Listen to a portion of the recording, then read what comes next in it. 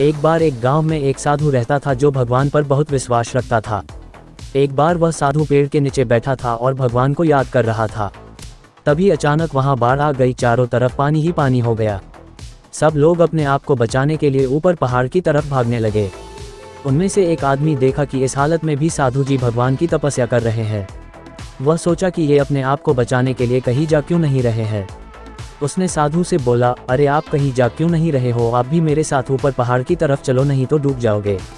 साधु बोले, अरे हमें क्या होगा, मैं भगवान की इतनी तपस्या करता हूँ, मुझे कुछ नहीं हो सकता, मुझे भगवान अपने आप बचाएगा।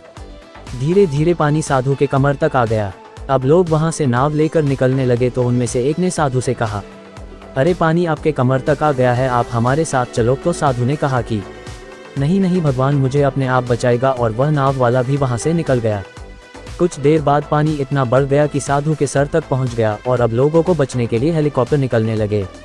एक हेलीकॉप्टर साधु के पास आया जो कि आखिरी हेलीकॉप्टर था। साधु के पास नीचे रस्सी फेंकी और बोला, इसे पकड़ो और ऊपर आ जाओ, नहीं तो आप डूब जाओगे। यह आखिरी हेलीकॉप्टर है और आपके पास में दूसरा कोई रास्ता नहीं है बचने के लिए।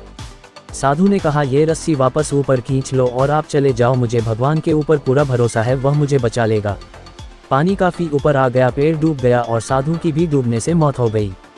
मरने के बाद साधु भगवान के पास गया और बोला, हे भगवान, मैंने पूरी जिंदगी आपकी तपस्या की, मैंने सारा जीवन आपकी आराधना करने में लगा दिया, इतने भरोसे के साथ इंतजार किया कि तुम मुझे बचाने आओगे, लेकिन वहाँ मेरी डूबकर मौत हो गई और तुम नहीं आए, ऐसा क्यों?